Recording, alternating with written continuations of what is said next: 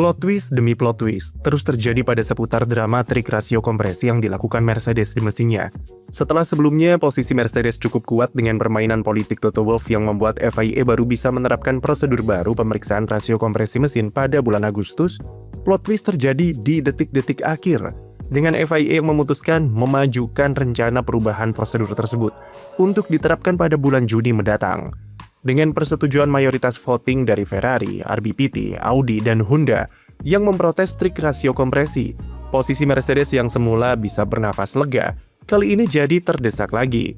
Seperti yang kita tahu lewat pertemuan bersama Komite Penasehat Power Unit atau PUAK pekan lalu di Bahrain, disepakati jika FIA akan memodifikasi prosedur dalam pemeriksaan rasio kompresi mesin. Jika sebelumnya hanya dilakukan pada suhu ruang atau di bawah 100 derajat Celcius, maka di prosedur yang baru, pemeriksaan akan ditambah dengan kondisi suhu panas di titik 130 derajat. Jadi yang sebelumnya cuma 1 kali tes di suhu ruang saja, nantinya akan ditambah menjadi 2 kali tes pada suhu ruang dan suhu panas. Tujuan utamanya jelas untuk mempertegas aturan batas rasio kompresi 16:1 di regulasi 2026. Mercedes sendiri bisa menemukan cara untuk mendapatkan rasio yang lebih tinggi dari batas yang ditentukan di mesinnya, yaitu dengan cara memanfaatkan pemuaian di area piston terhadap blok silinder. Dampaknya adalah proses pembakaran yang lebih efisien, dan tenaga yang dikeluarkan jadi jauh lebih besar daripada rasio kompresi normal. Awalnya dari hasil pertemuan pekan lalu, Toto Wolff dan barisan tim customer mesin Mercedes bisa bernafas lega karena penerapan prosedur barunya dilakukan pada bulan Agustus atau paruh kedua musim 2026. Jadi kalaupun Mercedes harus memodifikasi mesin agar mematuhi prosedur tes yang baru, hal itu bisa mereka lakukan sampai periode homologasi kedua pada GP Belgia. Selain itu, Toto Wolff juga bisa menggocek pabrikan lain dengan membuat tes dilakukan 2 kali, yaitu pada suhu ruang dan suhu panas. Sejumlah pabrikan kabarnya hanya menginginkan tes dilakukan pada suhu panas saja dan meminta tes ketika suhu ruang dihapus. Hal itu membuat kondisinya berbalik, di mana tim-tim yang semula protes terhadap trik rasio kompresi malah berpotensi menolak proposal yang seharusnya jadi solusi untuk menjegal trik tersebut. Kenapa demikian? Ada kabar yang menyebut bahwa sejumlah pabrikan malah mengalami penurunan rasio kompresi saat suhu mesinnya memanas. Hal itu karena pemuaian di blok silinder yang ternyata lebih besar dari pemuaian di pistonnya dan membuat volume ruang bakar saat berada di titik piston tertinggi malah bertambah. Efeknya adalah rasio kompresi menjadi menurun dan berpengaruh ke pembakaran yang kurang optimal. Beberapa tim ingin tesnya cuma dilakukan saat mesin panas, supaya mereka bisa membuat rasio kompresi yang lebih besar saat mesinnya dingin. Kemudian saat mesinnya memanas, rasionya akan menurun dengan sendirinya ke 16:1. Dan jika pada prosedur baru pengetesan dilakukan pada suhu ruang dan suhu panas, otomatis rasio kompresi saat mesin di suhu operasionalnya akan menurun, yang berdampak ke performa mobil yang tak optimal. Fenomena ini diklaim cukup lumrah terjadi di mesin dengan rasio 16:1 dan sudah diprediksi akan jadi masalah bagi pabrikan di regulasi baru. Tapi Mercedes bisa mengatasi problem tersebut dengan mampu pertahankan performa tinggi ketika mesinnya ada di suhu panas, bahkan bisa menaikkan rasio kompresinya melebihi batas regulasi. Belum jelas seberapa tinggi rasio kompresi yang bisa Mercedes dapatkan lewat triknya di suhu panas. Tetapi yang jelas tidak sampai ke angka 18:1, seperti yang banyak disebutkan selama ini. Namun, tambahan performanya bisa mencapai lebih dari 20 horsepower. Sampai di titik ini, Toto Wolff menang di meja negosiasi, karena selain bisa meminimalisir dampak ke mesin Mercedes, tapi dia juga bisa menggocek pabrikan lain yang bingung sendiri dengan solusi yang ditawarkan FIA. Tetapi plot twist terjadi setelah beberapa pertemuan di balik layar dilakukan antara Komite Power Unit dengan pabrikan-pabrikan yang protes. Ferrari, RBPT, dan Audi berusaha melakukan lobby supaya mereka mengubah proposal perubahan regulasinya. Jangan tanya kemana Honda, karena mereka punya urusannya sendiri di Jepang. Tapi yang jelas mereka juga satu nada dengan ketiga pabrikan lainnya.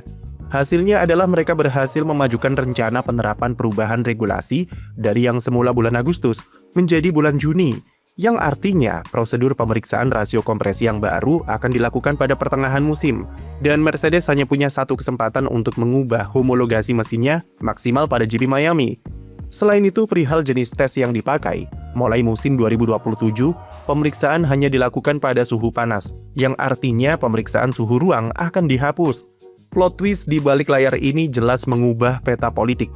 Dari yang semula berpihak ke Toto Wolff dan Mercedes, sekarang tim-tim yang protes posisinya jadi memegang kendali.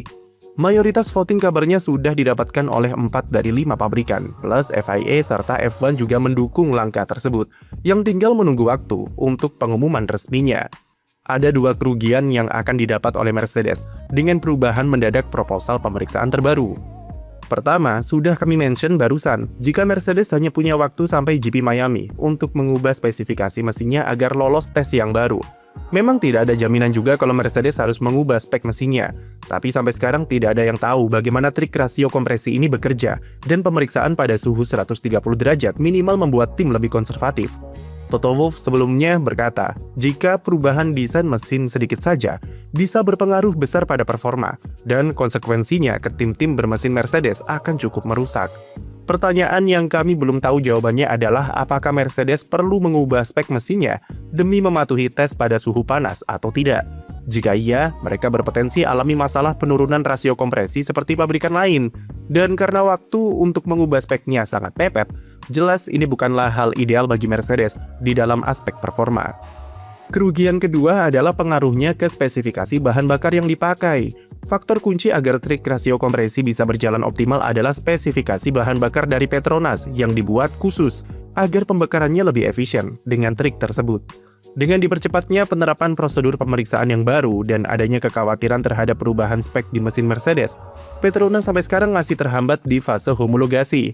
Mereka masih ragu apakah akan memakai bahan bakar yang khusus untuk trik rasio kompresi atau bahan bakar yang memang untuk spek mesin normal. Bimbangnya persoalan bahan bakar ini kabarnya juga jadi alasan kenapa Mercedes alami sejumlah masalah reliabilitas selama pramusim, sampai harus memakai 3 spek mesin yang berbeda.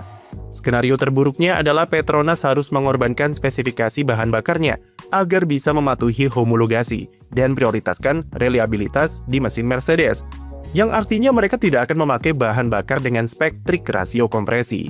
Mercedes sendiri juga belum sepenuhnya yakin dengan reliabilitas mesinnya, apalagi jika nanti harus melakukan modifikasi terkait perubahan pemeriksaan mesin di suhu panas.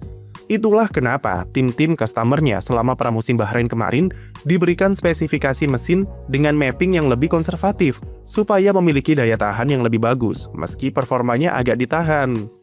Yang jelas, apabila Mercedes tak bisa gunakan bahan bakar spesial dari Petronas, maka mereka tidak akan dapatkan keuntungan maksimal dari trik rasio kompresinya. Dan untuk saat ini mereka masih alami sejumlah kekhawatiran soal reliabilitas dengan spesifikasi bahan bakar yang belum ditentukan secara final dari proses homologasi yang sangat rumit. Tetapi jika perkara bensin ini bisa mereka atasi, dan Mercedes tidak memerlukan perubahan desain mesin perihal trik rasio kompresi dengan prosedur pengecekan yang baru, maka semua permainan politik di balik layar ini tidak akan menggoyahkan skuad Toto Wolff. Agak sulit untuk menilai bakal seperti apa nasib Mercedes setelah ini, karena semua hal bisa terjadi di F1, dan bisa saja aturannya berubah lagi di detik-detik pamungkas. Posisi Mercedes yang semula dapat backingan kuat dari FIA saja bisa berbalik jadi seperti ini setelah dikeroyok oleh 4 pabrikan lain. Namun kalaupun Mercedes tetap mulus dengan triknya, RBPT dan Ferrari tidaklah begitu buruk karena mereka punya keunggulan masing-masing. RBPT dengan manajemen energinya yang bagus, kemudian Ferrari punya turbo lebih kecil yang menguntungkan ketika start, serta reliabilitas dan aspek aero yang bagus di mobilnya. Belum pula Audi yang simpan potensi besar di power unitnya sebagai debutan. Cuma Honda saja yang masih tertinggal dan butuh waktu untuk kembali bersaing di barisan depan. Sekian video dari kami, jangan lupa beri like dan subscribe untuk konten F1 lainnya.